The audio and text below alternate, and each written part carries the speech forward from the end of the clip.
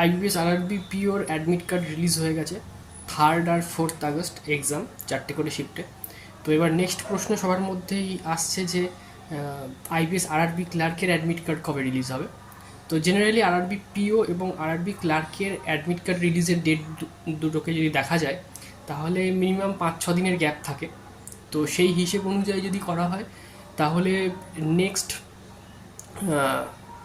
মোটামুটি RRB pure admit card 24 তারিখে release হয়েছে, তো সেই হিসাব ধরে যদি দেখা যায় তাহলে 29-30 তারিখের মধ্যে কিন্তু আরআরবি ক্লার্কের অ্যাডমিট কার্ড রিলিজ হয়ে যাবে। তো মানে জুলাইয়ের 29-30 অথবা আগস্টের একদম প্রথমের দিকে 1-2 তারিখের মধ্যে অ্যাডমিট কার্ড রিলিজ হবে আরআরবি ক্লার্কের।